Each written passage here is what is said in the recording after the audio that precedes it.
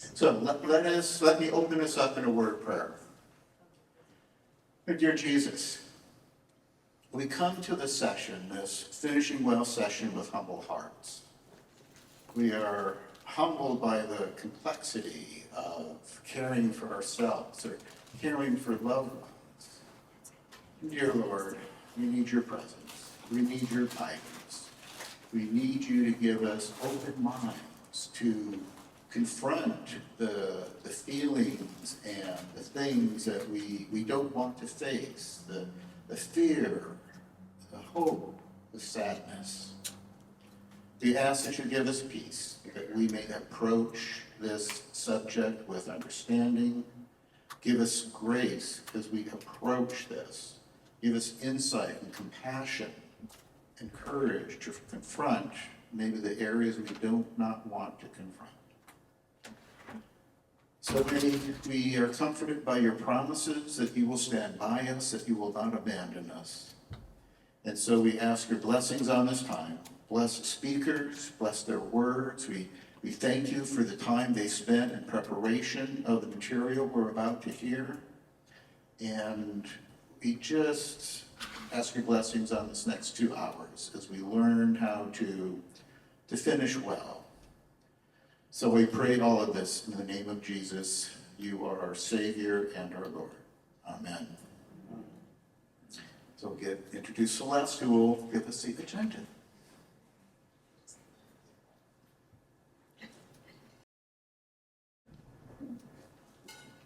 Good morning. We're so delighted that all of you are here. I just want a quick show of hands.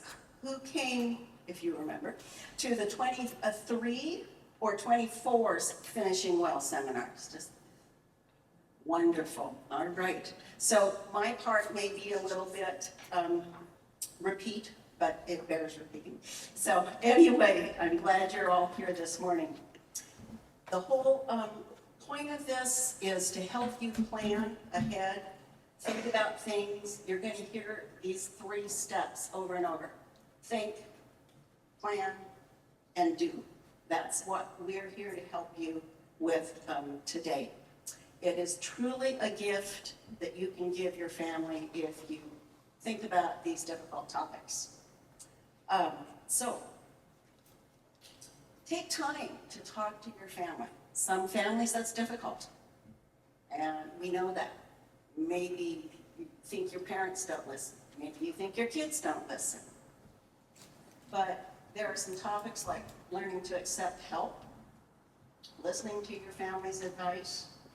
Maybe they tell you to limit your activities. You're too old to get on that ladder. They had to say that to my dad. So, there needs to be some understanding between family members. And advanced care planning is so important because if you want your wishes to be carried out, first they must be known. You need to think about them, and you need to make decisions, and then you need to write it down. There's healthcare decisions. There's the Advanced Healthcare Directive and COLS, which we're going to go through today. There's burial and memorial funeral wishes. That's what I'm going to go through today. And we're also going to have a piece later about advanced caregiving planning. And what do you need to think about if you are a caregiver or think you're going to need caregiving? Maybe you're just at the beginning, maybe you're in the middle of it. Remember, we need to be ready to accept caregiving. So you need to pray about all of this stuff, or how to take care of yourself if you're the caregiver. Lots of details. And then there's some advanced planning as we age, but this is really for any age because what we're talking about is good for every age. You never know what tomorrow will bring. So our whole mission is to have you give this gift to your families by planning now. Got wills and trusts, living, housing options, and so forth. Before we get into it, most of you know Margene Rittari, who couldn't be here, but she wanted me to give you some tips, so I'm going to insert them here, if they're not on a slide, because she recently went through the memorial process. So here are some tips. Make sure with your wills and trusts that if they're older than like 5 years, you update them. Make sure you have joint checking accounts. Get your kids on it before it's too late. I helped my parents do the bills and the pills the last 6 years of their life. So things like that are important, not just for spouses, but with another family member. Do it before you think you need to do it. Joint credit cards, not just an authorized signer. If something's in your spouse's credit card, you might get locked out. Apparently that happens to Margie. So just a word to the wise. Make sure that you have written down somewhere safe and secure in your house all the passwords, all the IDs for all your account numbers, your computer, your phone, your Facebook, whatever it is. All those things, make sure you make a list. That's not anywhere, we didn't say this anywhere else, but that's really important. Or secret words in order to get into account, whatever it is. And remember that the house needs to be appraised at the time of death. Don't forget that piece. So those were Marjean's comments. I thought were worthwhile, having been through some of that myself. So without further ado, I want to introduce you to Ricardo Padilla, who is from AC Care Alliance. And some of you know Ricardo because he's helped you. This man is a gift from God, an answered prayer for so many people in our church. And he'll tell you more about Care Alliance, but when I am talking to some people, I'm the parish care team lead, and when I hear if somebody needs some help of housing, or what do I do about this, and I don't know where to turn, I go to Ricardo. And he's helped at least 10 families in our church in the last 2 or 3 years. So I'm delighted to have him come and present. So Ricardo Padilla.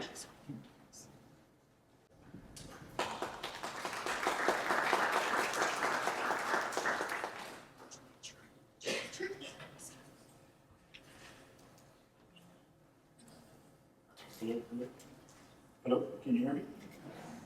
Thank you, Celeste, for those kind words. Thank you, thank you.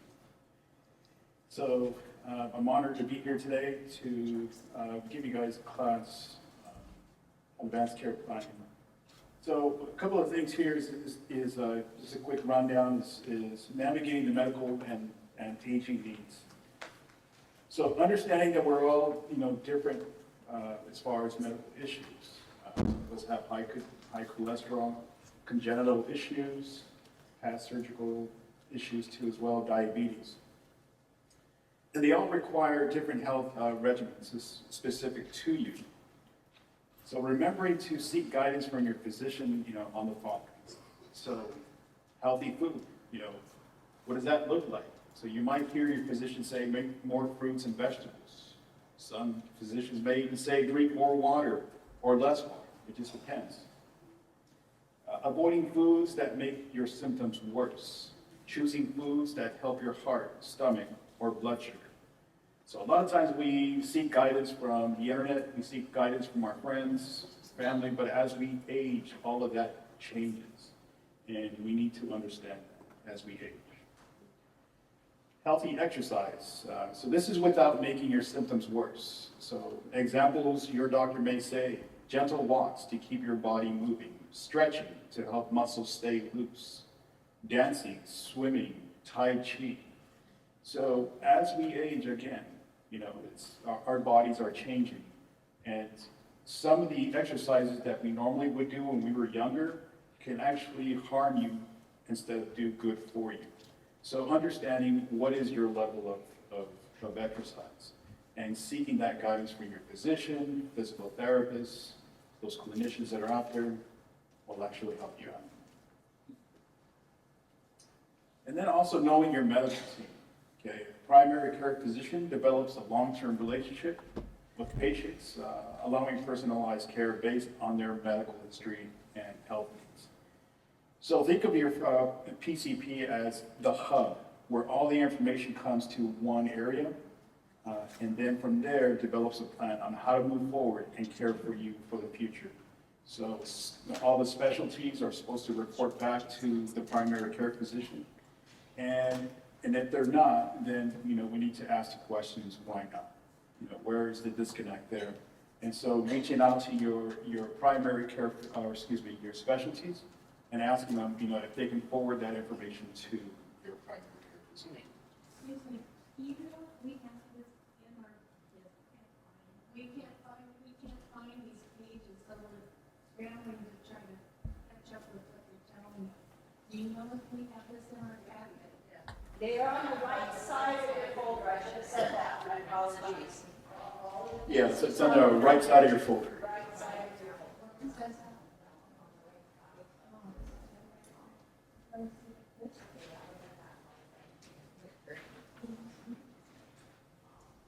okay, thank you very much. Sorry. No worries, no worries. Thank you.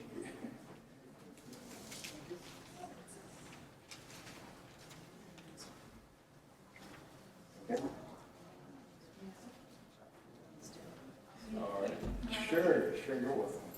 So some examples, titles that you made here, they're like PCPs are family physicians, internists, pediatricians, geriatricians. These are just some examples of what are PCP.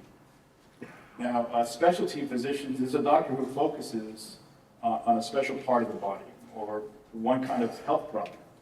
So your primary care physician will write an order to refer you to see specialty physicians if they feel it is necessary.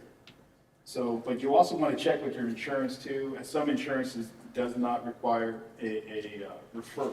Some you can just go ahead and just see your specialist there.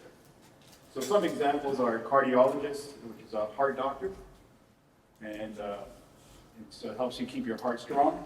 A dermatologist is another example, which they only focus on skin issues. So these are just some examples, but we can be here all day talking about what specialties that they're all about. There's just so many that are out there. But ultimately, the specialty is supposed to report back to the PCP, and the PCP is supposed to report back. And the way they do it, they don't necessarily talk to each other, which sometimes they do by phone, but it's more by paperwork and communication like that, okay? And a nurse takes care of people assisting and working under the guidance of a physician, may have advanced education in one area, such as a nurse practitioner. And so nurses are the ones that are supposed to be teaching you how to stay healthy, help with medications, assess the body, collecting information, and sharing that information with the doctor, and which is part of your team as far as health goes. And here are some other medical teams that are pretty common. These are the therapists, physical therapists, occupational and speech therapists. So the physical therapist teaches your body how to move strong and safely, help people who have trouble walking or keeping their balance. So some of the examples that physical therapists may recommend are walkers, wheelchairs, grab bars, and sometimes even hospital beds with trapezes and things like that. Occupational therapists help people learn everyday skills, make life a lot easier. So bathing, brushing teeth, eating, things like that. So occupational therapists may recommend some tools like to maybe eat, so utensils will be a lot easier. So some folks cannot really close their hands. So they may recommend some tools where you can just eat on your own. So the whole idea is to promote independence for folks to be, being able to do things for themselves, getting dressed, writing, bathing, using these type of utensils. For a speech therapist, helps people with talking, understanding words, and using your mouth the right way, eating or swallowing safely, making new sounds, learning new words. So a speech therapist, the most common thing, the reason why a speech therapist may be called for you is when people have strokes. And sometimes it affects the muscle that's back in here. And so it helps with creating sounds and also swallowing too. Because swallowing is one of the key things that we're worried about. And it goes right down into the wrong pipe, causing aspiration pneumonia, and develops more into different other issues there. So that's just an example of what a speech therapist does. So here's a couple of tips here to help you and your medical team. So one of the things, yes, we do have apps, we do have the internet nowadays, computers, where everything's kind of centrally located and you have your diagnoses listed there. But it would be great if you can track your own medical issues and you write them down for yourself. You know, if you could make your own list, that would be great. Especially if you go and see different hospitals. A lot of times hospitals do not communicate and their databases just don't interact. And so a few diagnoses may actually drop off where, you know, as you're seeing your PCP over here at, let's just say Valley Medical, and then you go to maybe, let's say, I don't know, regional, well, it's not a good example there. So maybe Stanford, I don't know. Yeah, sometimes it just kind of drops off. And so one hospital knows that you had a stroke, and whereas the other one has never heard of you having a stroke. And so, you know, one's prescribing, you know, medications over here for that symptoms, and the other one is saying, don't take it. You know, they don't understand why you're taking it, right? So as long as you create this list and you hand carry it with you with all these appointments, they can track it and they can actually add it part of your chart, and they can create goals around that as far as a good treatment plan for you. Okay, and there's no confusion. So that would be great. And if you can, you know, write down the, you know, date and time, or not the time, but the date and what physician or which physician actually gave you that diagnosis, that would be very helpful for your doctors. Making a medication list from the doctors you visit, especially receiving care in different clinics. Again, one of the key things is I wrote down generic acetaminophen versus the trade name Tylenol. So a lot of times, you know, you can go to one physician and they may prescribe acetaminophen, and then you go to another physician and then he's going to prescribe Tylenol. Well, they're the same ingredient, and so then, you know, I ran into some of those certain situations where I go visit a patient and they're taking acetaminophen for pain, but they're taking Tylenol PM for sleep. And so same ingredients and just really increasing the amount of Tylenol or acetaminophen in their system, therefore putting stress on their liver. So this is just a very common thing that happens with this drug, but imagine other drugs like blood pressure medications, heart medications, things that are actually really lower your pulse or really lower your blood pressure. And we can go on other situations too, but just keep in mind, if you can make a medication list on the side on paper and track the date when it was added and which physician, and you can present that to your physician, that'll be great. All right. Also allergies, when your body gets bothered by something, so pollen, dust, certain foods, medications, soaps, lotions, etc. So writing down these allergies would be great. When it was identified would be helpful to your medical team, and write it down on your medication list also to kind of keep it all together, to understand all your allergies. So advanced care planning is a process where you think and learn about all the areas in your life that might need to be addressed if you become sick as you age. Then you need to make the decisions and then write them down. So on that picture there, it's called social determinants of health. Now, when you look at social determinants of health and you do a search for that, you're going to see different wheels. Some are smaller and some have a lot more. But in essence, it's going to have your general areas of the different areas that you may want to look at and kind of focus in and hone in as we age, and have that conversation with family members, right? So some examples here: health care and caregiving services options, housing options, when should you actually stop driving, you know, having those conversations with family, doctors, legal, wills, trust, estate planning, got to have those conversations, right? medical treatments you do and you don't want. Where do you see yourself? And choosing who will act as your voice and decision maker if you are unable to speak for yourself. Will my daughter be able to be strong enough to say, stop the ventilator? Will my son be strong enough to say, do CPR? What are you doing? Keep doing CPR. So it's not just choosing somebody, but also understanding if they will be strong enough at that point to speak for you. Choices on funeral, memorial, and burial, cremation, and any other services. Okay.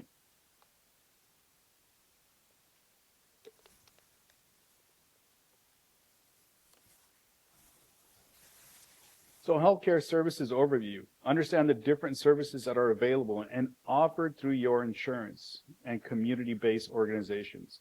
It is common to learn about these resources when you actually need them, which in many cases can lead to delay in services.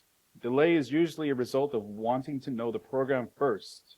Okay, a lot of times what I hear is hospice. No, I don't need it. Thank you. And they've, they're in really bad condition, and they want to hold off because they want to learn. And then 2 months later, they expire. And they went on hospice only for 1 month. So basically what I want us to take home here is even if you don't need hospice right now, you don't need palliative care, home health, community-based organizations, enhanced care management, and caregiving. What I want you to do is just educate yourselves as to what it is, how to get connected with it, and tuck that information somewhere where either you can refer back to it or your family, because there may become a day, God forbid, but you're not going to be able to speak for yourself. Dementia, strokes, whatever happens. At least your family members or friends can go to that safe, open it up, and it's right there. Really crucial. They can start connecting the dots of what your wishes are. Okay? So, understand what it is, how to get connected. That's going to be very important. So hospice is a type of care that helps people who are near the end of life as comfortable as possible.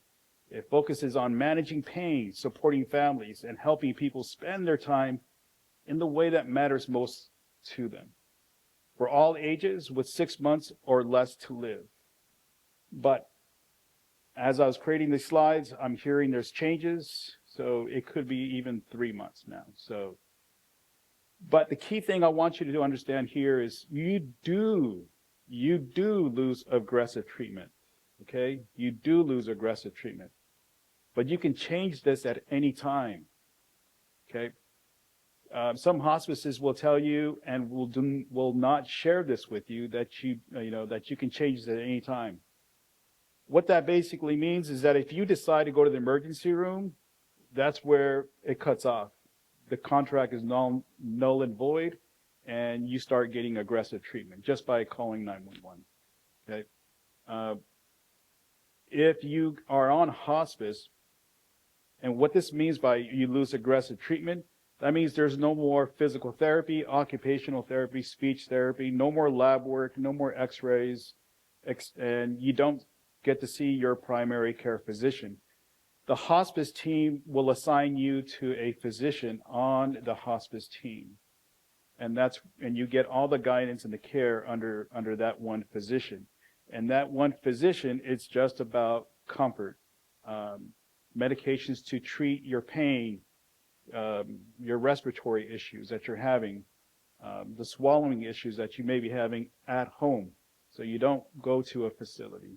Basically stay at home. And the way you get connected with this hospice team is you let your clinical team that you're currently seeing, that you're interested in this program. The doctor writes an order for hospice care if the doctor feels that you qualify for it. Number 3, it is optional, up to you if you want to call around different hospice teams, because there's so many different hospice teams, and you can select the one that you like. And so some health plans, for some reason, do not give you options. So then with that, you just got to go with what the health plans give you with that. So, and then number 4, ensure your health plan does cover it. Okay, so there are some health plans that are kind of sketchy about that, and so just got to make sure that it is covered. And then number 5, it's going to be screened and approved. And so this will be the hospice team that'll actually screen you and approve you. So there are some diagnoses that are out there that hospice is going to be looking for, and also signs and symptoms that people will be showing. So once all of these things are met, then hospice will start kicking in. And then these steps can vary independently. Okay. Palliative care is a team of professionals that help people with chronic illnesses feel better. This could be cancer, dementia, heart disease, etc. By treating pain, stress, and other symptoms, it focuses on improving quality of life for both the patient and their family, no matter what stage of illness they're in. And the neat thing about palliative care is that you do not lose aggressive treatment. So it's like an extra layer of care. So with palliative care, if you're suffering with respiratory issues, dementia, like cancer here, like what they're saying, and you're having these symptoms, but your primary team just isn't, you feel like they're not managing your symptoms well, you can add palliative care on this, and palliative care will just focus in and hone in on those symptoms. So it could be pain, and they may just have a team of like a physical therapist, occupational therapist, dietitian, a doctor, social worker, and they're all in there kind of looking at different areas to approach your pain, as an example. So getting connected, let your clinical team know that you're interested. Doctor writes an order for palliative care. Now it's optional. You can call, different palliative care teams. It's very rare, but some palliative teams do come to the home. So just you can check around and see if that's available in your area. Calling palliative care teams, and then there's also the telehealth. So some palliative teams also do telehealth. You just got to go in, I think, for the first time in person. Then after that, it's telehealth. Some health plans do not give you a choice of where to go. So obviously, they just got to, you got to go with what your health insurance gives you. Also, ensure health plan coverage. Your health plan covers it too as well. And then number 5, screened and approved. So the palliative team has to screen you and approve you. And again, these steps can vary. All right. Some examples of palliative teams. So Kaiser Palliative, they have in-person facilities. They may offer video visits. Stanford Palliative, in-person facilities, and also offer videos. Now, Milpitas Healthcare, they offer in-home visits. So these are just some examples here.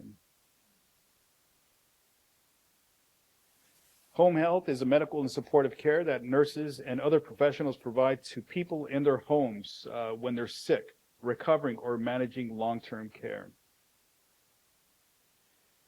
It helps people stay safe, independent, and healthy at home instead of needing to go to the hospital or a facility. So the main objective here is to keep people at home and frequently seeing the emergency room, or maybe ending up in a long-term care facility, or being inpatient at a hospital. So that's the goal with here, is just really educating folks at home in preventative, treatment there, making sure that they understand their medications, that they're following doctor's orders to the T, and if whatever health literacy is lacking, they identify it, create goals, and to improve someone's life at home. So a lot of times physicians do not write orders for this, and so if you feel that you may need this, you can let your doctor know or your clinical team that you're interested. And again, doctor writes, it's guided by a doctor's order. And then from there, the doctor usually sends the order out to a home health team. But here it's optional for you if you want to call different home health teams, if you got the right insurance, right? But some health plans, unfortunately, do not allow that, and so you got to go with what health plan it is. Okay. Community-based organizations. These are community-based organizations that are within the community, and typically are no cost. So some examples here: Milpitas Cares, Milpitas Family Help Net, and Medical Equipment Loan Program. The one that I like the most here is the MELP. This is an area where you can actually borrow medical equipment from like hospital beds. You can borrow wheelchairs and things like that, and that will actually, you can actually send those. You can borrow it and then say, hey, I'll promise I'll return that back. For caregivers, a caregiver is someone who helps another person with daily tasks like eating, bathing, taking medicine, or getting appointments, and doing things on their own. So what a lot of people I hear as I'm out working on the community is I'm a family member, I'm not a caregiver. Well, actually you are. So, as long as we can actually look at ourselves as a caregiver, then we can start connecting the dots that, hey, as a caregiver, I need to do this and I need to plan accordingly and things like this. I even look at caregivers for folks that are actually in a different state, and they're calling mom and dad and checking in, hey, are you taking your medicines or not? That to me is still a caregiver. And a lot of times we have this idea that a caregiver is hands-on, and it's not. I mean, it's the long distance too as well. So friends, hired helpers can also be caregivers. This helps to stay safe, healthy, and supported within their homes. I listed a couple of programs here. There's the GUIDE program, the IHSS, Caregiving Agencies and Fellowships. The GUIDE program is a pilot program, and it runs all the way till July of 2028. With this one here, it's dementia specific. It's for Medicare. If you have Medicare Part A and B, that's one of the prerequisites for that. IHSS, prerequisites for that is Medi-Cal, and you'll get caregiver support there. And then you have caregiving agencies. These are professional ones, and so this will be sometimes more out of pocket. Some of your insurances may cover just some respite care, which means they'll give you a little bit of a break, like maybe a week's worth. And so that way you can go out and do what you need to do and then come back and pick up where they left off there. And then there's fellowships. A person's circle of acquaintances might be asked for just minutes or support time. So it could be even 10 minutes, 15 minutes, 30 minutes just to call in, check in, read a story, cook, things like that. So that's kind of like a fellowship within their circle. So kind of a legal overview, legal planning helps other adults ensure wishes are honored, reduce family stress. So some examples here: advanced health care directives. So lets a person name someone and, to make medical decisions. That's very important right there, is once you're no longer able to speak, you've already assigned that person your list. This is what I want you to do to, for my wishes. I don't want tos, want tos. I want CPR, no CPR, okay?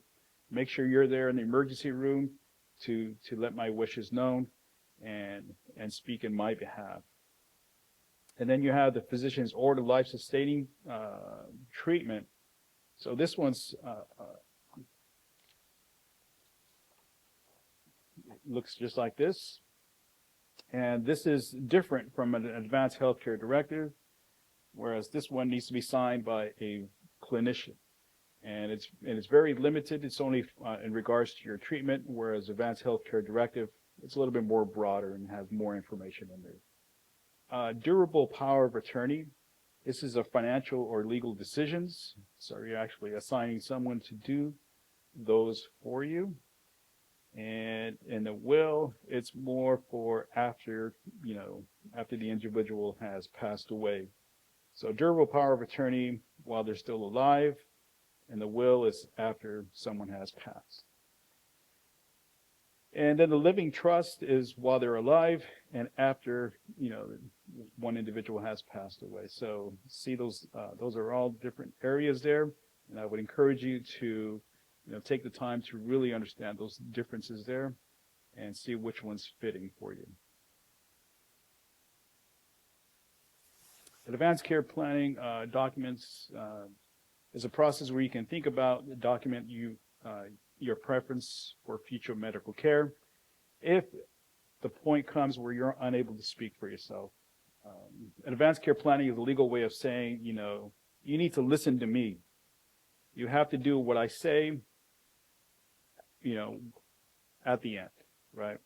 So that's going to be very important.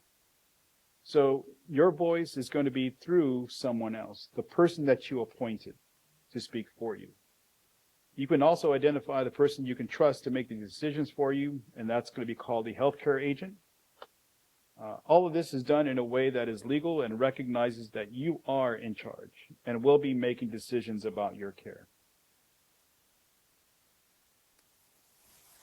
So advanced care planning can, be an important part of the development process of advancing care planning.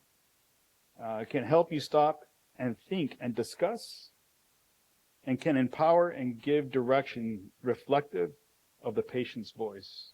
Okay, so really hearing you out as to what your wishes, and that's going to be very important. So here we have a short video of, this is, she was our care navigator, and she at one time had, she was a caregiver for her mom and her grandmother. And, she had no idea of what advanced care planning is. And so she's going to share with us her story here.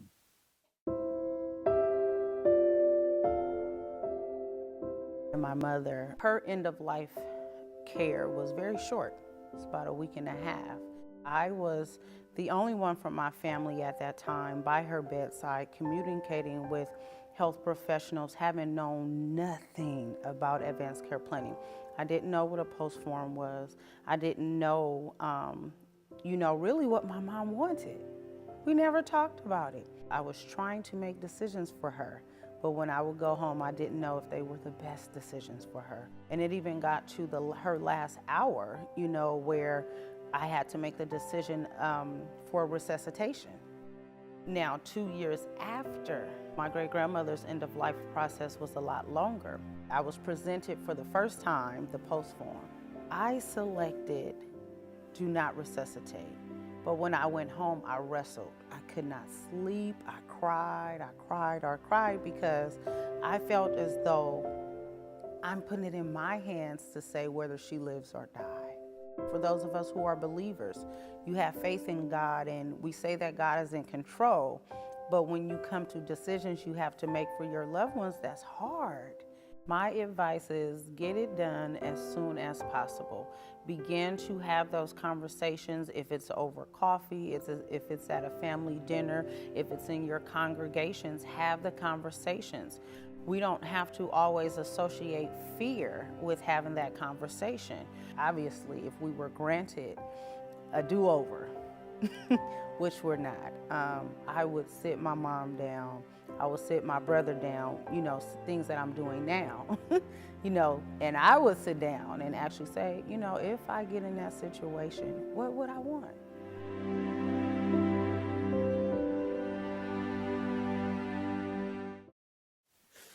Yeah, what I like about that is she says, sit down, have that conversation. And then there's the other thing that she says, if there was a do-over, right?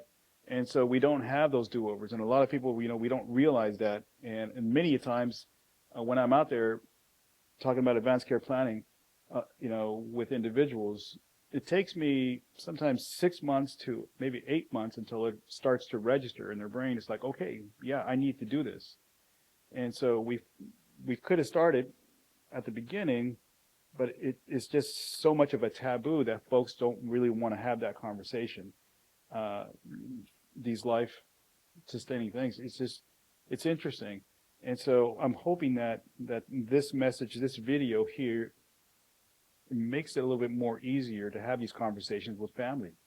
And she mentions coffee, and what we find is food is very comforting.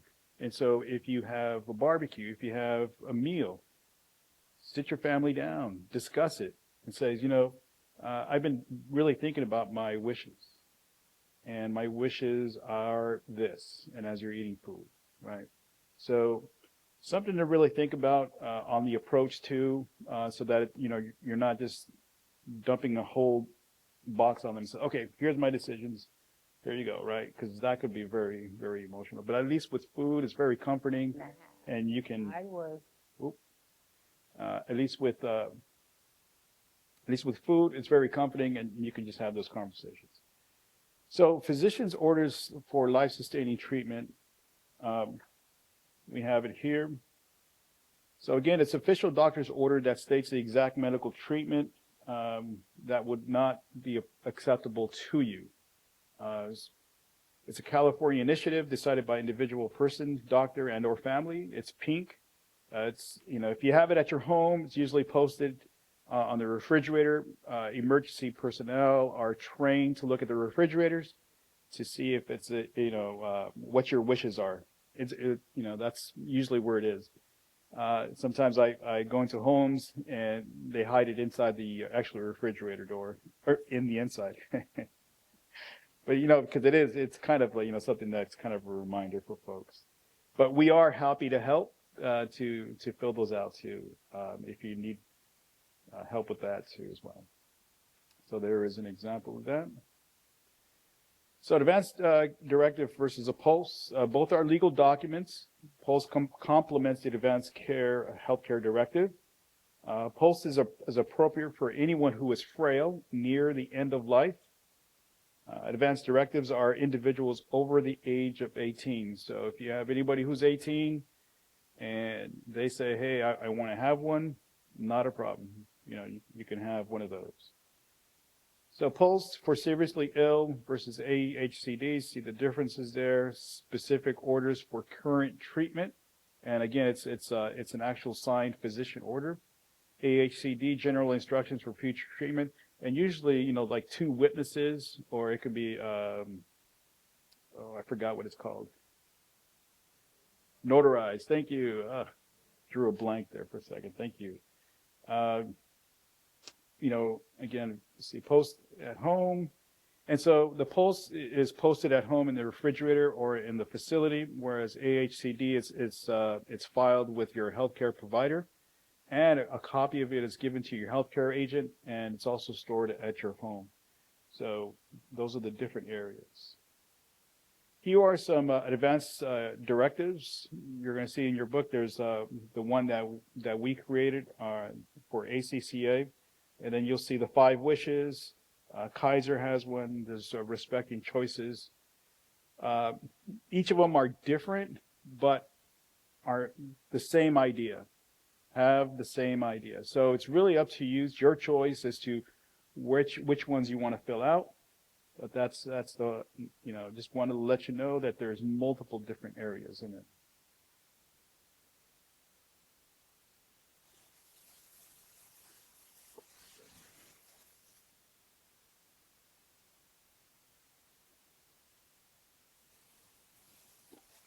Okay, so in the care planning workbook that you have there, you have 3 different, inside that care planning workbook, you have the think, plan, and do.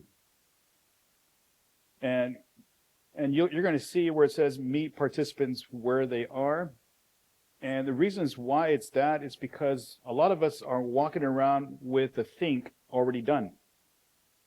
So it's just a matter of just planning. And so some folks are already in the planning stage, and some folks already have the think and the plan in their mind. But it just needs to be document it, and that's under the do section. Okay. So if we go into the think area, this will help you learn and think more about your choices. If you haven't really thought about it at all, this is a great section for that.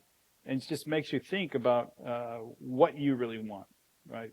So you look over the different topics that you can share with your, it says there with your care navigator. So I happen to be a care navigator, and so, you would actually have a conversation with me, or you can just have a conversation with your family or yourselves, right? And so you would just go in there, answer some of these questions. And so I want to think about what makes my life worth living, for an example. Then you would turn to page 6. Okay. So, and then here on the next page, this one, it would be on workbook page 9. I want to learn more about what life support treatments I might get when I'm very sick, like a breathing machine. And so here on page 9, you'll see these circles. The important question is whether a treatment is being used to support healing or prolong dying. Okay? And so that's what we need to kind of understand and kind of wrestle with, is to understand that. Right? And so these are the different areas. And so that question you can actually talk to your doctor about and have those conversations and understand, hey, I have this going on with me. If I were to do a ventilator, is that going to be more about supporting, my healing, or is it going to be prolonged dying, right? So a ventilator, an example of that, okay, sometimes they may open up a hole here, create a hole, and put a tube right inside here and put you on a machine to help you breathe. And then also, too, they may go through the nose or through the mouth. And that would be a ventilating machine. And that basically means just that your lungs, for some reason, through a disease process, are not breathing. You're not strong enough to breathe on your own. Then for pressors, these are medications to keep the heart pumping nice and strong. And typically with pressors, a person needs to be in intensive care units. So if we're familiar with what an intensive care unit is, it's a lot of bells and whistles, and it's just one bed inside one room, and you just have maybe one nurse assigned to 2 patients, because that's how critical this person is. Okay? And that, it's a lot of monitoring, making sure the numbers are right, and if it starts going down, you got to counter it really quick. So that's pressors. Dialysis. And so dialysis means that it just needs, your blood needs to be filtered with all the toxins. So kidneys create urine, cleans the blood, makes the urine, so that way we can go to the bathroom and urinate. Somehow, some way, the kidneys are no longer working, they're not functioning right, and so what they're doing is recycling the toxins right into your bloodstream and just making you sick. And eventually you can end up dying. So the question is, do you want to have dialysis, where some people go once a week, twice a week, sometimes even up to 3 times a week, and they sit in a machine and they connect you with these big tubes, and they take your blood out, it goes into the machine, cleans it out, and then brings it right back in. Your blood is clean. Okay? And so with this comes side effects, feeling really faint, dizzy, woozy after treatments, and sometimes losing too much fluid, less fluid, things like that. Feeding tubes, sometimes feeding tubes simply because of the swallowing issues, because of strokes, dementia, whatever the case may be, not able to swallow properly. So you may find tubes that are coming up people's noses, and it goes all the way into the stomach. And sometimes it's a direct approach, and it just goes directly right into the stomach, and you have a tube that's sticking out here. And the risk of actually swallowing can make, if you wanted to swallow, it would actually go into the wrong pipe. And that's why they got to go invasively here and go directly right into the stomach and feed you in that direction. Okay. And that could be because of age, stroke. I mean, the list goes on as to the many reasons why this area here, the muscles just kind of give up. And it's a flap, and it doesn't close all the way down, and it goes into, into the airway, and you get what's called aspiration pneumonia, and it gets a lot worse in those things. Then you have the next one is total parenteral nutrition. It would be kind of the same thing.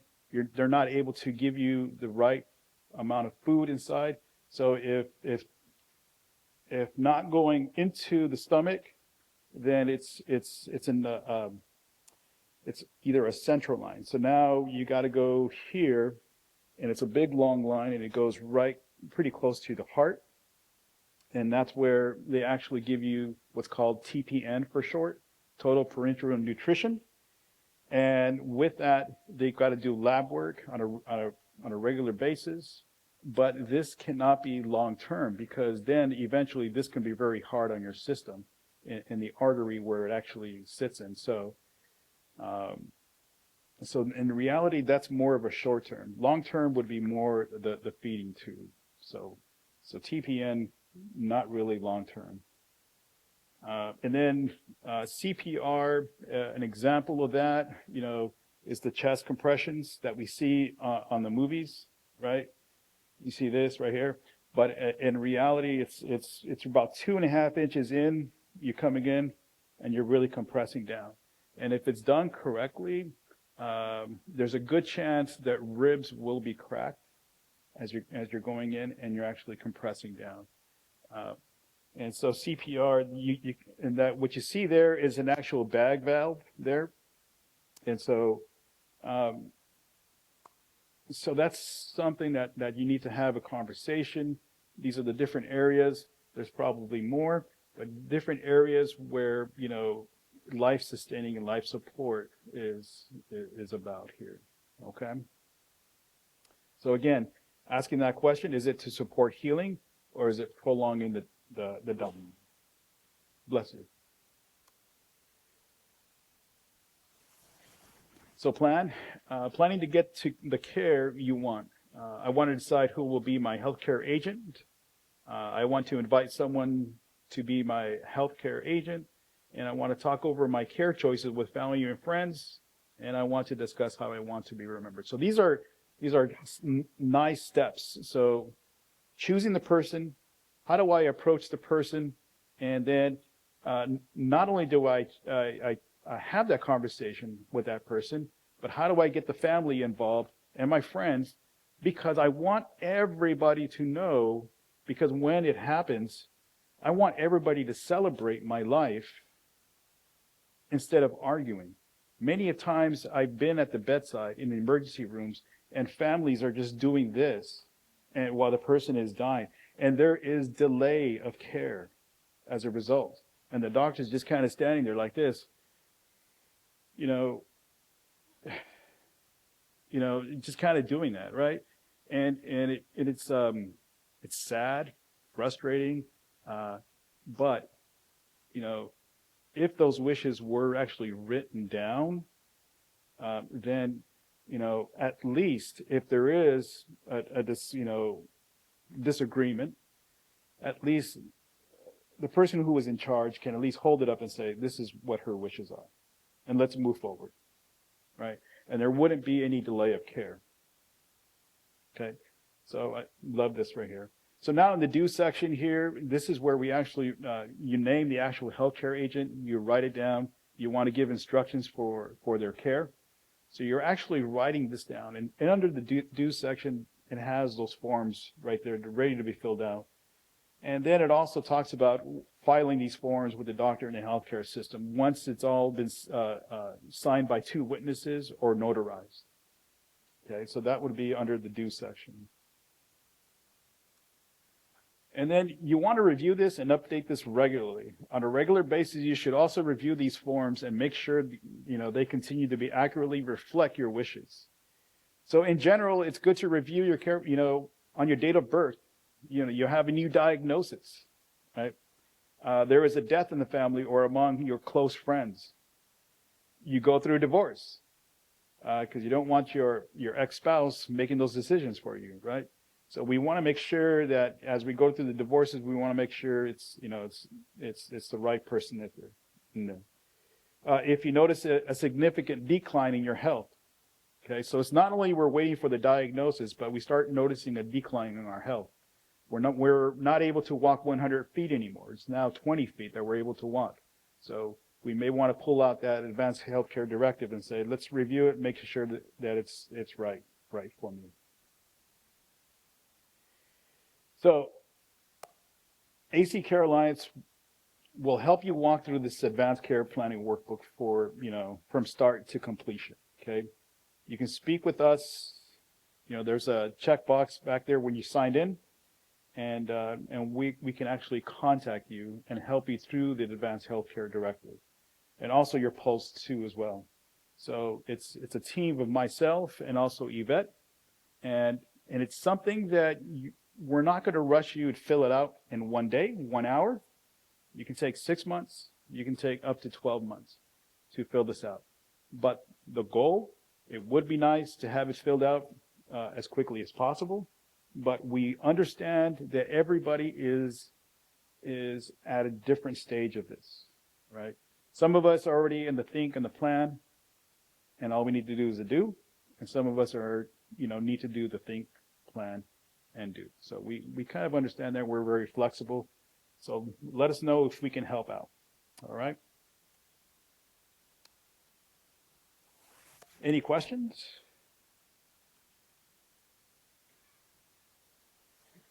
Yeah.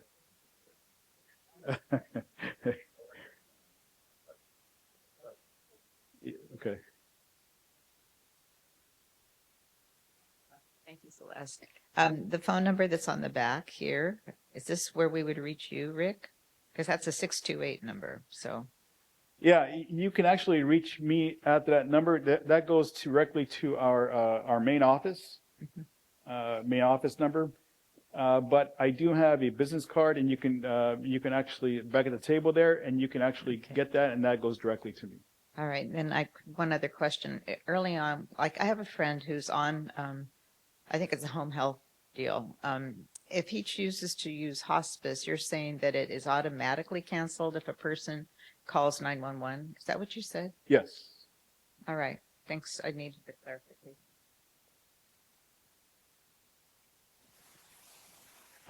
Once they're admitted into the emergency room, then yes. Great information, Ricardo. Thank you. I'm wondering about Pulse. Is it applicable to other states? I have relatives that live in Colorado, South Carolina, and Connecticut. It is, but it's an initiative here. It is recognized here in the state of California, but whether other states will recognize it, I'm not sure, because a Pulse has it's a doctor physician signed by the state of California, but it'll be a different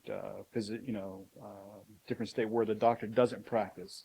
So it's going to be kind of sketchy, and they may or may not accept that. I would suggest you just look for the state. You all have a California Pulse in your Yeah, it's folder. considered a California Post. I have a question about the caregivers section. You had mentioned that there are some caregiving agencies. Are there ones that you might recommend for this area? Oh, We're going through that later. He's Yeah. got a caregiving piece after our break. Yeah.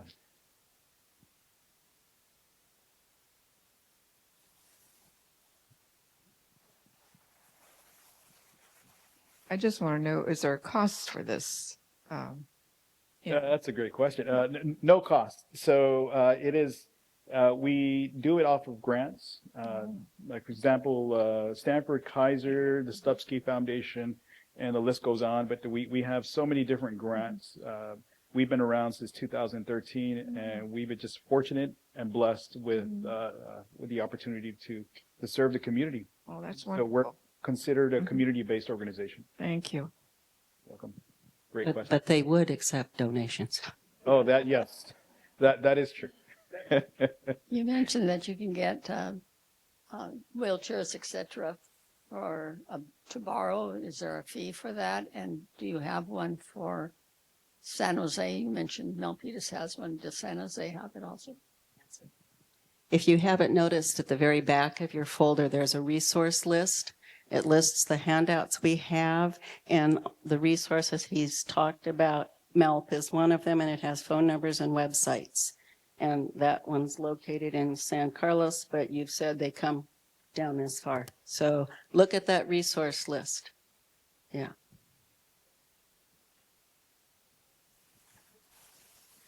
I noticed. Go ahead. Well, he's got the mic. Let him. Okay, there was something about a fellowship being possibly a group of people who know a person who are providing care. A fellowship, could that include family members, a church fellowship, neighbors? Yeah, that's a great question, because a lot of times we run into situations where folks don't qualify for some of the resources that are out there, insurance-wise, for caregiving and things like that. So the next best thing is a fellowship where we look within their circle, their neighbors, friends, brothers, sisters, aunts, uncles, churches, anything that they belong to. It might be a Rotary Club member that they may belong to. And we reach out and we have the individual just write those people's names down that they think, just as long as they think that they can give 15 minutes. And then the next step is calling them. Hey, do you think you can, I'm running into some trouble. Do you think you can pick up my prescriptions? Can you do this on a monthly basis? 15 minutes out of your time, 10 minutes out of your time, 1 hour at a time. Can a member of the family or someone be paid to be a caregiver if they want to make that a full-time job? Under Medi-Cal, yes. Under the IHSS program, yes. Great, thank you. You're welcome.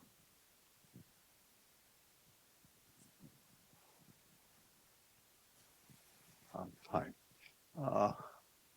I've been helping a veteran who does not have one of his legs, sir. And he's been in a wheelchair. Oh, excuse me. Yeah, he's been in a wheelchair. And the VA has given him other wheelchairs that are lighter.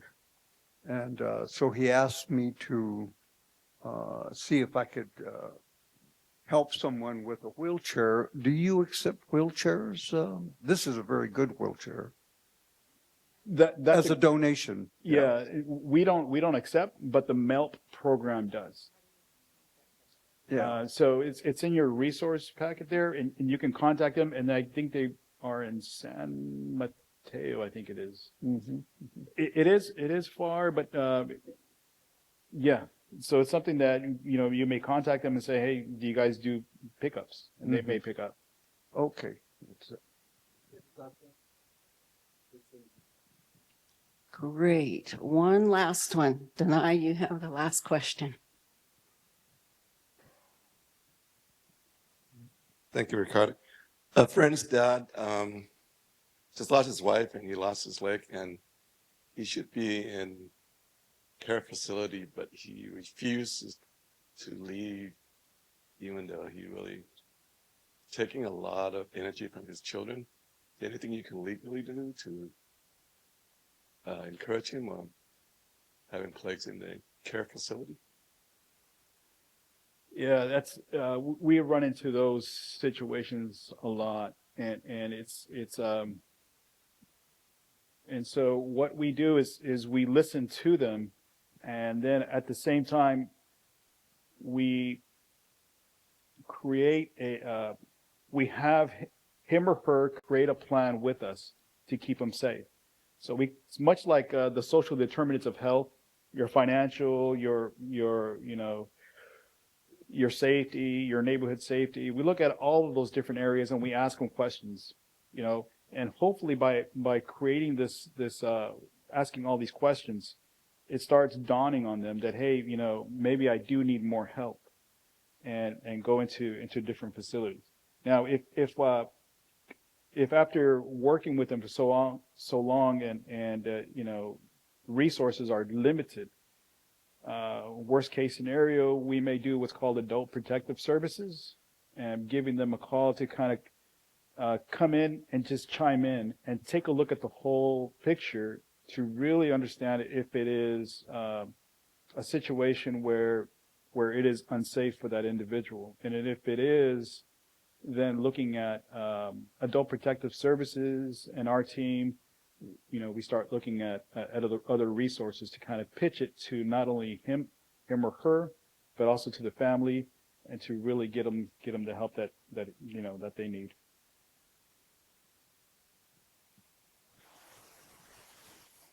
All right, I think we'll cut that off at this point, but Ricardo will be around afterwards. We're going to take a short break, 10 minutes. We're a little over. Stay with us. We've got more to come. Thank you. Thank you.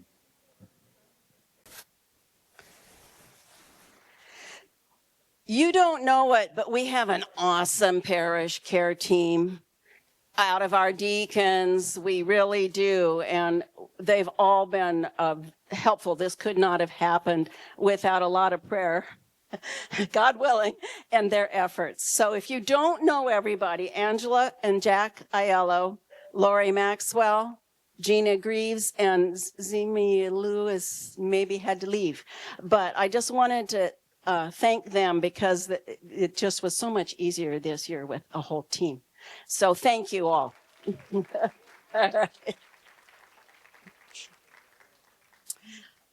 I'm going to try to remember. I know there were a couple of things. We're going to zoom through my portion, just so you know that. But what was I supposed to remember to say just now?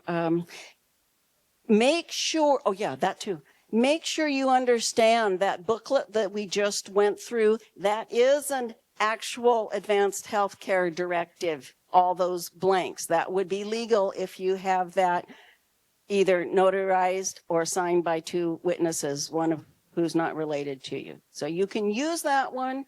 I saw that the Kaiser ones had disappeared. Some of your health care organizations might have their own, but you can use that. That is an actual legal document.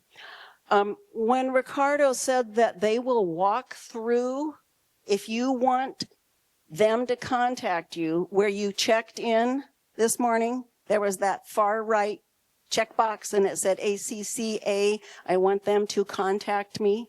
When you leave, check that box, and then I'm going to give them your name or your contact or whatever they need, probably phone number and email, and they will actually reach out to you. You can also, instead of that, pick up the business card and reach out to them. But we've made that arrangement. So if you want that, go ahead and check that box on the way out.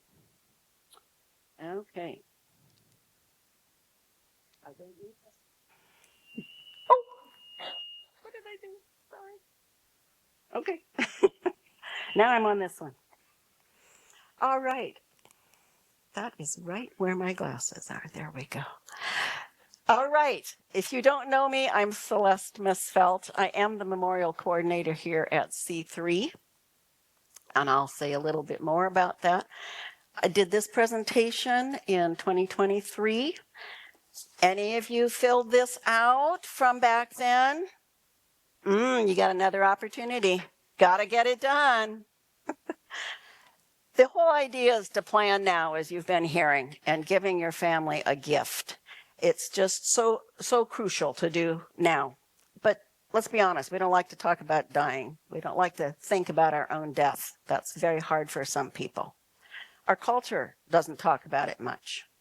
Maybe as individuals, we just want to deny it's ever going to happen, or just to avoid the subject. But got news for you, it's going to happen. And you never know when. That's the thing. You might think you have 10 more years. You might think you have 5 years, but anything can happen at any time. And as Christians, of course, we look forward, as we've mentioned, that to going to heaven. But those people who are left is a very grief-filled time. And so giving them the gift of having all your wishes written down and having talked to them is a true gift. And it will make sure that the wishes you have decided upon are known and carried out. So, step one, think. Here's some things to think about. Now, my slides are on the left of your folder, in case you didn't figure that out. You can follow along. How do you want to be remembered?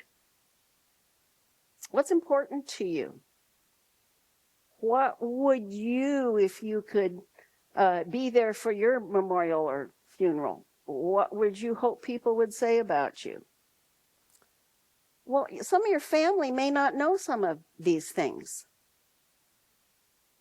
Might be a good thing to write down. Think about. Talk with them now.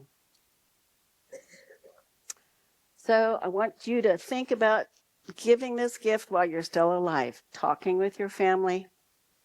Discussing the necessary decisions. Discuss and decide on your burial and cremation arrangements. Make sure you have a trust and a will, along with your advanced healthcare directive. From both my personal experience and from being a memorial coordinator the last 16 or so years, I have already told you how much I think it matters. Sometimes families are just completely distraught and don't know where to begin. They don't want to think about it. And that's the worst time to have to do this. There are so many other things that you have to do when someone dies. So if you can get as much of the decisions made ahead, that would be wonderful. And my goal is to help you do this valuable planning. My journey began with the death of my mom about, 16 or so years ago. And they were in an interim church situation at that point, so I did the planning. But my mother gave me the gift of having all of her service written out. What songs, she was a musician, what songs, what scripture she wanted. So, and we talked about it in the last year of her life. And I didn't have to fret. I didn't have to, it was just so easy. And so that's why I kind of have come by this naturally. I did shortly after that, I did a memorial for like 800 people at our church, which doesn't usually have 800 people on the campus. And from that time on, the pastor of my former church and I just developed how to do memorials well. And I developed my little purple sheet. So that's why I'm here helping you walk through this. And I'm happy to talk to you at any time. I'm here at church. You don't have to wait till something happens. You have a question, seek me out. So we're thinking, we're planning, we get to step 3, do, write things down. I would suggest you write your own biography now. Do you want all those things on that first slide? How do you want to be remembered? Or your life story? It could take many different directions, but come up with a biography that's about 300 words. If we do a program here at church, put it on the inside front cover, and that's about what that is, 300 words. If you think you want to do obituary in the paper, you could have it longer, shorter. So think about writing your own biography. Share it with your kids and your grandkids. This is a great way. You know what I did way back when, or recently, or whatever. Share your story. We hear that a lot at church. So this is more of that. And write down your personal wishes. Plan your own celebration of life, like my mom did. Possibilities. The 4 aspects, I'm going to breeze through because you got the slides. You got your decisions, your burial options. And I do, if any of you are veterans, I have some veterans material at the back table. Graveside memorial planning. Final arrangements, which is all the other tasks. And your personal wishes, end of life form. So these are the decisions that you should make now, or your family will have to do it. And again, your family might say, no, I do want to visit a grave. I don't want you to be cremated or something. You never know until you have these discussions what your family might like or what you like. So grave, niche, urn, scattering of ashes often depends on the location and availability. Basically, there's 4 service options. You can have a viewing or a wake, which is usually done like at a mortuary. You can have a memorial or a funeral, and the difference there is whether you have a casket. Funerals have caskets, memorials do not. I still consider it a memorial when you have an urn of ashes there. And generally, Presbyterians and Protestants have memorials. Catholics generally have funerals, but I've done all kinds. So that's just kind of the general difference. Graveside. Maybe you just want a graveside and don't want another service. Or maybe you want all 4 of these. It just depends on what your family would like. The last one being the scattering of ashes. So location for the services, obviously a church, mortuary, cemetery. There are legal entities that are allowed to scatter your ashes on specific places or specific see things. If you do it on your own, that might not be legal, but people do it.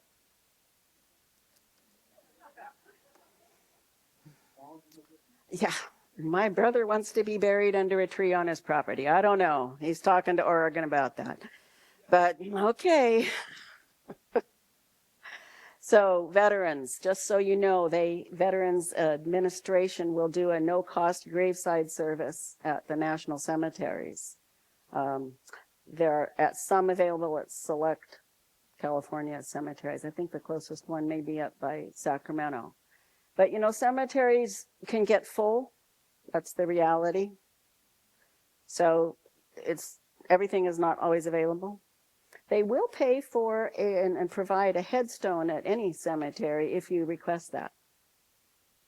And they will do the coordination of a U.S. flag where they do the folding ceremony and present it to the spouse or the family. And they will coordinate that with the military so that you don't have to do that coordination, and neither do I. On the form back there, I have the local office number. So whether you're doing a graveside planning or a memorial planning, there's lots of the same thing, that's why I'm not going through everything. You've got to contact the cemetery to do the graveside, that's first. But anything you plan, you have to talk to your family and get the date. Then you have to talk to, confirm it with the cemetery, with the church, figure out the pastor's availability. Maybe you want musicians. And then you plan the service. Do you want family only or close friends also?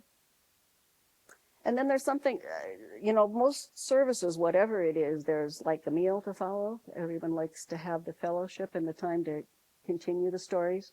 So you might need to do a lunch or a dinner or a reception.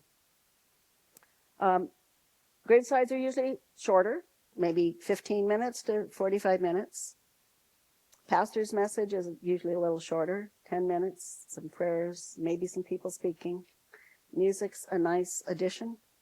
Being a harpist, I have played at both gravesides and memorials. So I like music. It adds something to it. So similar here, process at C3, you're going to contact the caring pastor, which happens to be my husband, Pastor Todd, or the church office or myself.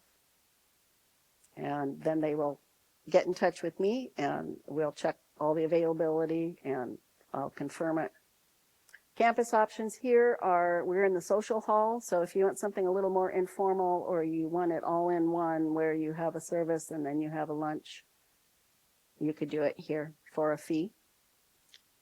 This hall is a fee, but if you want it more formal or you just like the feel of the sanctuary, you can have it in the sanctuary. Chapel is more for an intimate, maybe you don't have as many people, small family service, and you could have it in the chapel. Whatever the coordination is, what I do is I do the planning meeting with the pastors and the family. It's kind of I let the pastors do the pastoring and the caring, and I take care of all the logistics. So that's how I work it. I talk to the techs, I get the musicians, I give you lots of forms to look at. Discuss the service order, I print a program for you. So those are some of the things I do. And the day of the service, we have the pastor and the family meet so that they can go over the service, get any last minute changes, and of course be able to pray with you. So I do have this one in your packet. This is one of the things I hand out, just items for families' consideration. Just so you know, again, these services are usually longer, 1 to 1.5 hours. If it gets longer than that, the guests get restless. That's just what happens. This is a great opportunity for people to, what am I thinking? Have closure if they can participate in some way. It's often a good way for them to, they can read a poem, they could read a scripture. Sometimes they'd even like to just greet people or something. So think about sometimes grandchildren, that's a good way to involve them. Another good way is a lot of the grandkids are great at doing the slideshows. So if you want a slideshow, that's a good way to involve people. But it's a great opportunity to involve the family. Open microphone time. Do you want an open mic or not? That's a decision to think about. The deacons here provide a cooking and beverage reception for free. And if catering food, if you wanted to do that, then there's a fee. And here's the responsibilities. I'm not going to go over it. It's there in your folder and on slides. Same thing, I'm going to skip this one, the celebration of life components. Most of you have been to a service here. So scriptures, music, slideshows, pastor's message. Sometimes there's an altar call. This depends on what you want. And the program has these things. Again, that's in your packet. You can look at that if that interests you. All right, then there's that final arrangements category, task lists. In addition to those service decisions, there's all these things. Who are you gonna need to talk to? What entities do you need to inform? What arrangements need to be made?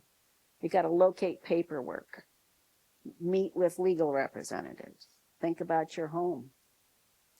So you have 3 task lists in there, checklists. One is from HELP, which is helping the elderly live productively. So when someone dies, checklist. When a spouse dies, checklist. And then I recently found a cool one from Fidelity Investments. And on the back of that one, it has, here's what you should do in the first couple of weeks. Here's what you should do in the first 1 to 3 months. So I thought that timeline was kind of great. So you have resources to help you with doing this. Then the personal wishes end of life form. That is this purple sheet. Why do I have a purple sheet? Well, I think of purple with memorials. That's the color I like. So I've done this for a long time, and I just keep changing it, the form. But this is where you're going to put down all your personal details. Your location of those documents. That slide just said you're going to have to find all that. Write it down on here. This has a place for the names of your lawyer, your CPA, your preferences for your celebration of life. So here's a quick look at partial page 1. Sometimes you need this information, your mother's maiden name. Maybe only write it on your secure copy. Same thing with your social security number. Keep one copy that has that information you want to keep secure. You see at the bottom of the slide, I have an advanced healthcare directive. I have a pulse and location. So you have this. And then you would put those things all together in a purple folder.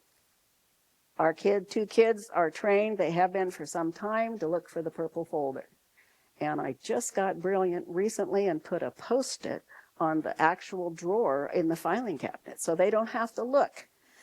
So when you're in that grief thing, oh, that's right, it's right here. It's at the back of the drawer. Here's where you're going to find these. And they know to look for the purple folder, and that's where all our important information like this is. Here's your memorial and funeral service preferences, where you can write that down once you've decided. You already have your arrangements. Well, there's the name of the cemetery, name of the mortuary, if there's one you have liked or something, or not. Some of this may be decided, after you die, but if you're having to decide it for someone else, you might want to think about it ahead of time, that what you might like. And it's 3 pages, so start filling out that personal wishes form now. Talk to your family about these decisions and arrangements and tell them where they're all located, and start writing that biography and share your life story. So thank you. I am not going to take questions. I'm going to let Ricardo come back. But if you know me, find me if you have questions. Thank you. All right.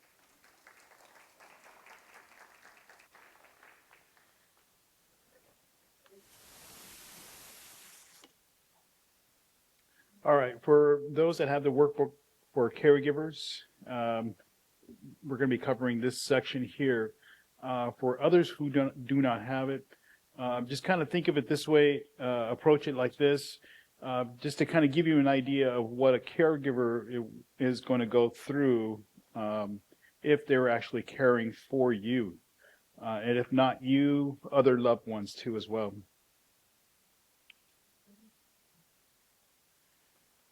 So if you have the caregiving workbook,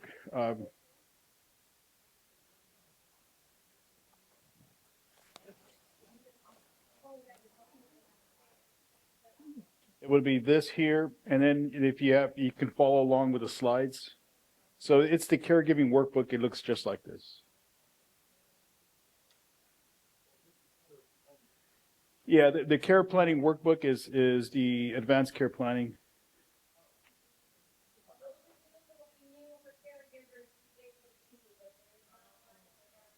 Yeah, so if you're identified as a caregiver, then you were given one of these.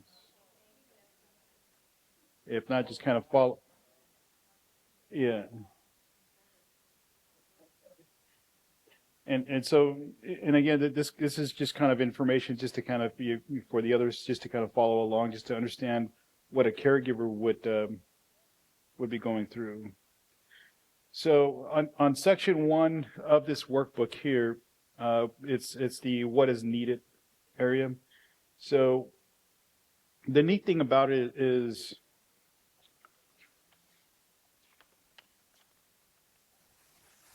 it helps identify daily tasks for the activities of daily living, and also helps to notice what becomes harder for the individual. So you're going to notice this great task. This is page here on there. So for example, like meal preparations, transportation, light housework, spiritual needs, social needs, healthcare needs, supporting, managing finances. And you can actually document those things down here as to how many hours that person needs for help, what kind of support they need, and if it's really urgent that they need, if it's really high need or not. This is also great too, how a fellowship too, how we talked about a fellowship earlier. If there is a fellowship because maybe there can't afford caregivers, maybe it doesn't qualify for other resources, at least with this page here, you can create a fellowship by creating that information here, and you can start planning and understand what is actually needed for that individual. Because a lot of times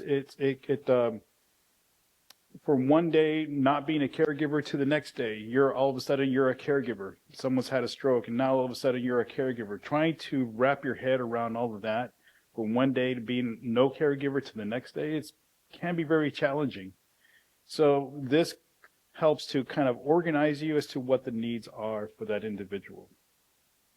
It helps you, capture emotional and practical needs, prioritize what needs attention first, and use this list to guide and support yourself. Now, then the section 2, who might help? And so here on this one is page 9 and 9 through 11. A lot of times we don't realize it, but again, creating that fellowship, the neighbor down the street, that police officer, maybe the ambulance driver. I'm just naming people, right? But in reality, we are human in nature, and so we want to do is we have that ability to help. We want to help, and a lot of times it's we don't help because we don't have time, and if we could, we would, but sometimes you can't. But asking that question, do you have 5 minutes? Do you have 15 minutes? Do you have 30 minutes? Can you run down the street and get that, pick up Burger King for me? Can you go to the laundry, and pick this up for me? So family members, close friends, neighbors, faith community, people who can offer emotional support, check-ins, occasional tasks. Read a book to me. Talk to me. Tell me how the weather's outside because I can't go outside. Expand to community resources, senior centers, volunteer programs, respite services, transportation programs, local nonprofits, community-based organizations, and other practical help. Look for those type of services. Include professional support, home care agencies, care managers, social workers, therapists, and medical teams. Helps ensure safety, consistency, and specialized care when needed. So these are agencies like home health agencies we can even add in there too as well. Match the helper to the task. Who was best suited for the physical tasks, emotional support, errands? Reduce stress by assigning the right people to the right need. So we may need a roofer to fix that leak. So can we get a volunteer to fix that, or a low cost, right, to fix that patch in the roof? Build a support network that you can rely on. Create a list of people and programs you can call on. So creating that list. So section 3, asking for support and help. So now that you've created your list, so now it's asking for the support and help. And this one is on pages 13 and 17. Start with what you need. Use what is needed. List to identify specific tasks. Ask clear requests that make it easy for others to say yes. Be direct and specific. Instead of, I need help, try, can you stay with mom for 2 hours on Thursday? Specific asks reduce confusion and increase follow through. So this section is really great to kind of be able to open up those conversations on asking for help. Share the load, not the burden. Let people choose tasks that fit their strengths, meals, rides, companionship, errands. Small contributions for many people make a big difference. So if you get 10, 15 people to help out, 15 minutes here, 20 minutes there, it takes a huge load off of you as an individual. Because I've met plenty of folks 24/7, 7 days a week, caregiving. And they just look so drained. And it's their own loved ones, okay? So if you can get away for 15 minutes just to walk down the street, take some time for yourself, get your nails done, get your hair done, whatever the case may be, that will be a huge, huge help, okay? So communicate openly and without guilt. Asking for help is a sign of strength, not failure. How many times people feel like, oh my God, I just don't want to burden anybody, okay? But you're only burdening yourself, okay? You're causing more harm to yourself. Heard plenty of stories where the caregiver ends up passing away first than the person that they're caring for, okay? So plenty of stories like that out there, and it's just because They don't want to ask, they don't want to bother others, and hurt them, So think about it like this. You deserve rest, support, and time to care for yourself. Okay, think about that.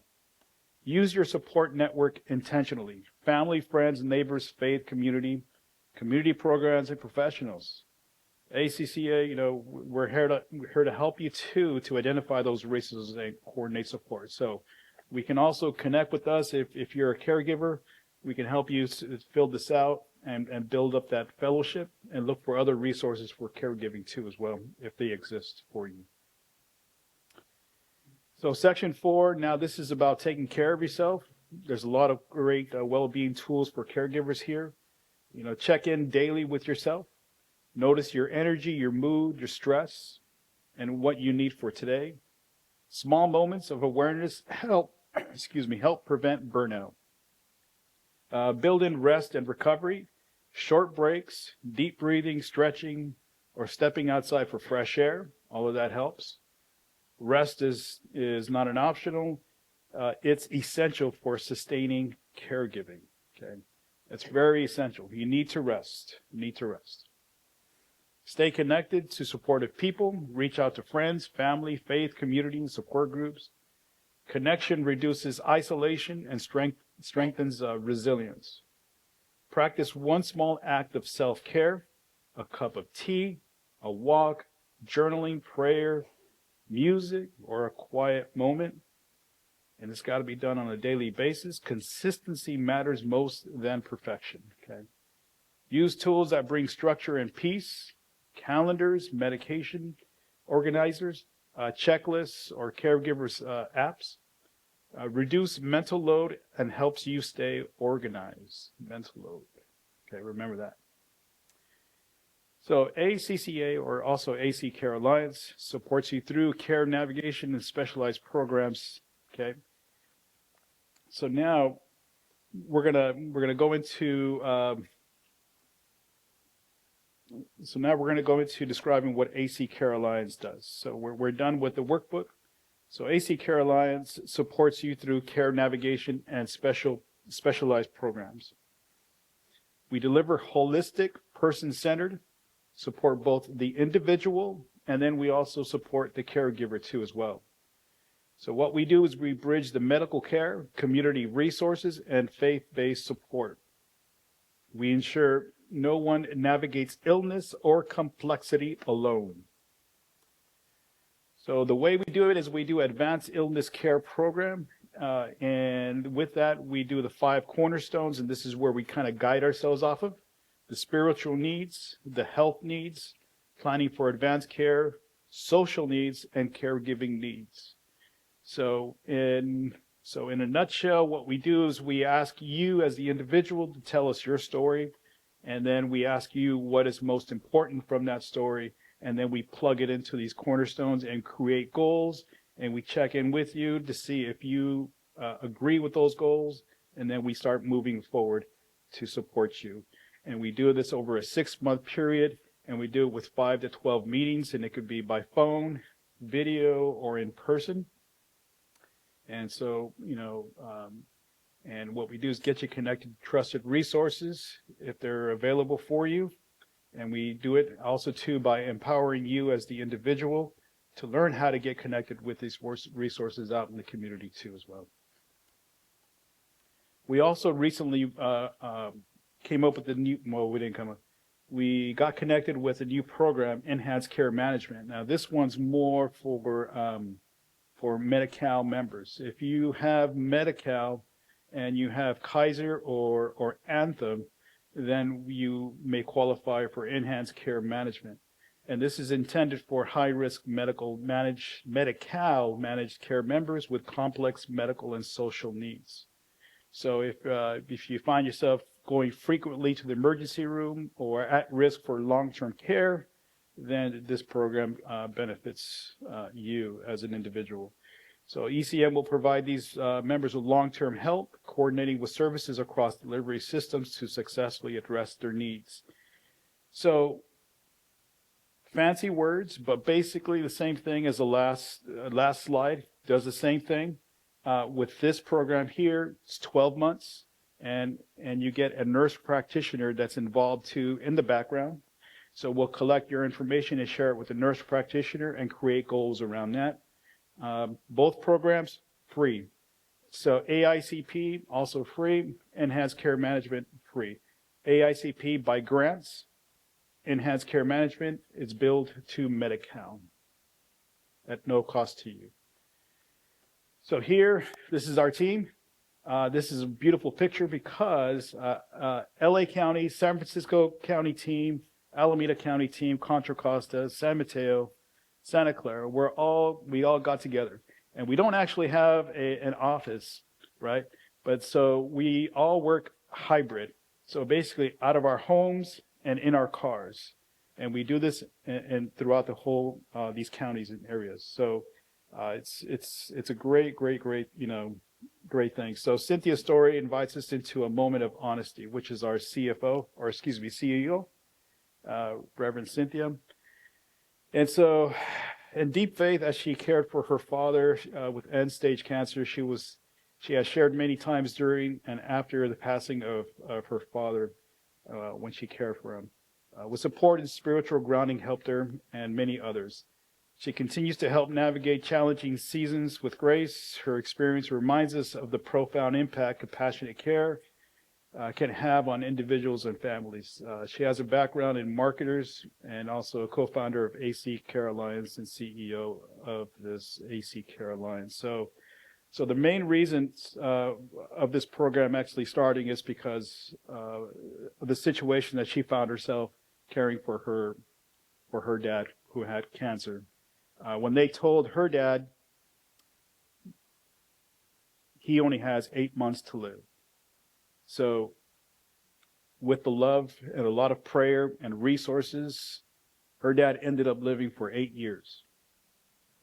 Okay, big difference, right? So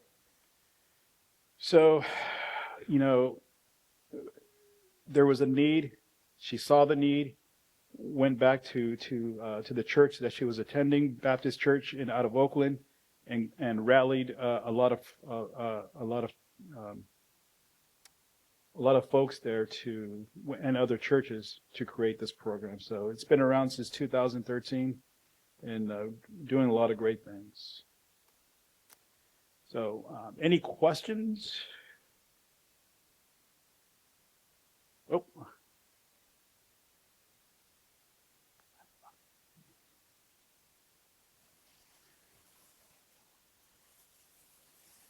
Curious a long time about being embalmed and pay ahead programs for that. Are they scams or are they a big risk?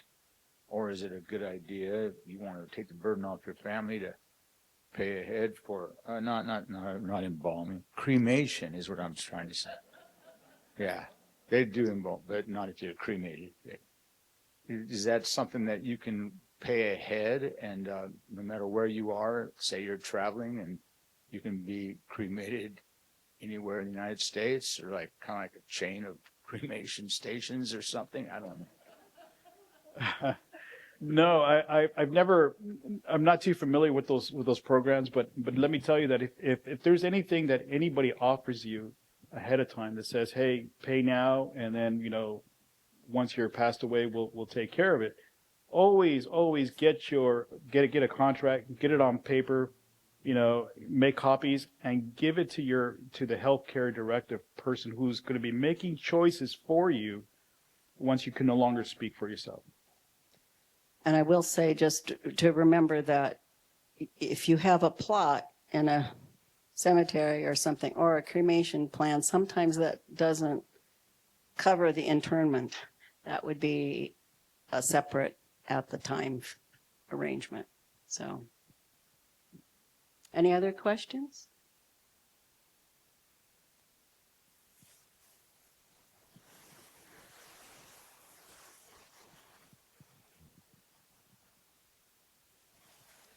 So I think a lot of the people here, they have children who might be debating between themselves between taking taking time off from work or to take care of their loved ones, or and they have to think about how much they can take off legally, and also maybe finances and stuff like that. So I'm actually not quite familiar about how much time that I would be allowed, or for these people, their kids might not know either. So and since most of us here probably have kids here in California, I'm just curious about what are they allowed, and what kind of resources the kids can do to be able to help out, take care of their parents. Yeah, there's a FMLA. Have you ever heard of that?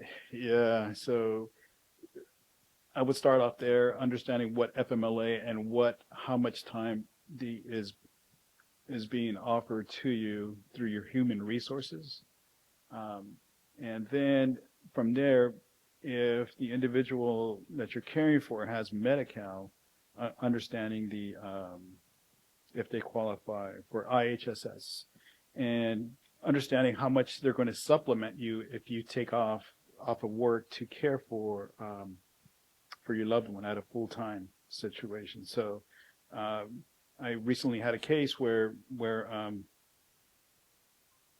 the individual that it was a wife, and she had to make a decision whether just to start, take off work or care for her husband, because of the dementia was getting worse, and wandering was a big issue. And so she would go to work and then come back. Husband was out in the streets, and she needed to, call the police and locate him. So she was forced. She made the decision. She lost her job, went and took care of her husband. Didn't know that she qualified for Medi-Cal, but we got her the Medi-Cal and the IHSS. But it wasn't exactly how much she was actually making at work. But she after that, you just got to make some adjustments. No TV, or just got to make some cuts here financially. And so those are the kind of things that, unfortunately, you have to kind of look at. But there are some other programs like Care Yaya that you might want to take in consideration to kind of supplement some of those times when you can't be there because of work. But it's a little bit cheaper end for caregiving. So there's also other programs too that are out there. There's also daycares too that you may want to consider. Let's see, I think it's called Avinas. Forgot the name of it. But anyways, you sign up. You drop off your loved one there. They have physical therapy, occupational therapy. They, cook and do different things there. And then as soon as you're done from work, you can pick up your loved one, and then, they can support in that area. And sometimes insurances cover it, and sometimes there is a fee for that. But I hope that answers your question. I think there are very few places that offer free 24/7 caregiving, through Medi-Cal or whatever. That's just not a thing. Yeah, it's 24/7. No, it doesn't exist, but it's something where we just going to have to kind of understand everybody's individual situation, what they can and cannot do, and just kind of create a plan around it. Create a plan, meaning probably a fellowship, resources, just kind of pulling everything into it. Really thinking outside the box to really apply that support. I think IHSS, what is it, like 172 hours? Is that a month or a week or whatever? They can provide caregivers, but it's not all day. Yeah, it's not all day. It's not 24/7. No.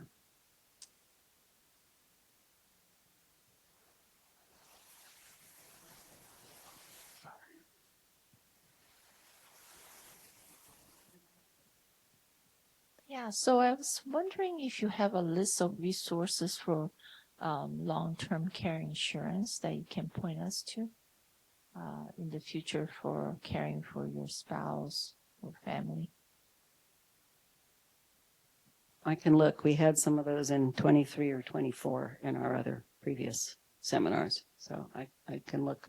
Any, Ricardo? Yeah, so long-term care insurance is, you really have to kind of understand when you're purchasing it, you got to understand what they cover and what they don't, because a lot of times long-term care insurance is just strictly for long-term care, meaning you're in a skilled nursing facility or an assisted living. But a lot of times folks think of long-term care insurance that's going to cover caregiving at the home.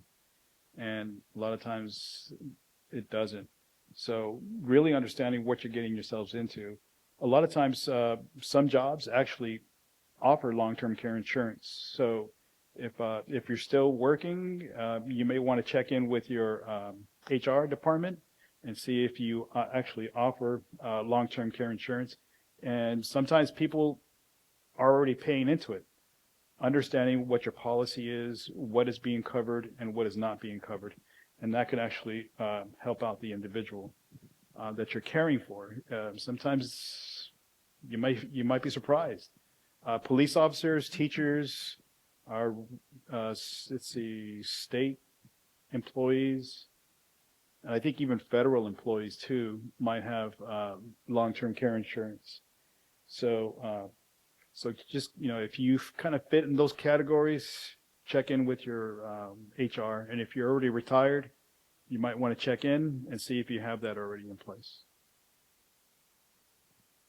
Thanks again. Several minutes ago, you mentioned people who have Anthem or are on Medi-Cal. There's something I can't keep track of all the acronyms. E, C, something. Can you explain that? Or I'll just write those letters down and I'll be done. Sure. So ECM is Enhanced Care Management. It is part of a CalAIM initiative in the state of California. And what it is health insurance companies are given a fund to help folks with inequities and disparities from visiting emergency rooms or long-term care facilities or unhoused, things like that. And so they're given this fund to reach out to community-based organizations to help out these individuals. They're under the program Medi-Cal to help them with resources and support and kind of guide them over a 12-month period. And we're offering that. We've got contracted with Anthem and also Kaiser to do that. Yes. Kaiser, so, it's got to be Kaiser, Medi-Cal, Anthem, Medi-Cal in order to qualify for that. But we offer the same thing with AICP. So either way, you're welcome. My question is, I'm not very sure whether this is appropriate. My question is appropriate in this class. But what I have experienced trying to get a long-term care, well, we're given, all of us are given insurance, especially if we're working, right? But I don't think everybody's aware that the insurance, the hospital insurance covers only 90 days if you go to acute care, or 20 days. Most of the time, United Insurance or other insurance will keep you only for 20 days, regardless whether you're ready to go home or not. 20 days. After that, you pay 75%. If you need to have a long-term care, you have to pay 75%, and only insurance will cover 25%. Okay, another thing is that it depends on the individual's, should I say, asset or money. Just like whatever you're getting from the government, if you are getting more than $2,000 a month, you are not qualified to stay in a long-term care. you can only stay there if you pay, just like I said, 75%, or not at all. You may need to pay the full amount of the long-term care. So what I'm trying to say is that I wanted for everybody to be aware that that's the case. So that you need to look at your insurance, and you need to have an option of getting long-term insurance yourself to cover those expenses. Yeah, that is the reality of our health system. It is, but it almost everybody at 100% almost fits that equation when it comes to Medicare. I think you're talking about Medicare, 90 days, and then you're discharged, regardless of whether whatever condition that you're in. But after the 90 days, there should be home health that comes in and visits you to make sure that you make that nice transition out of the hospital. And then after 30 days, if there isn't a better transition, then you have the option, I think, of returning back to long-term care after 30 days. But it isn't the best system. I get it, but yes, that's how it is. Thank you for bringing it up, though. Thank you for all your questions. I know we're over time, so I'm going to be respectful of that. And let's thank Ricardo for coming. Thank you. If you'd like them to help you with either the advanced planning workbook or the caregiving workbook, pick up a business card or check that box on the sign-in sheet. Thank you. Have a great rest of your day. Thank you, everybody.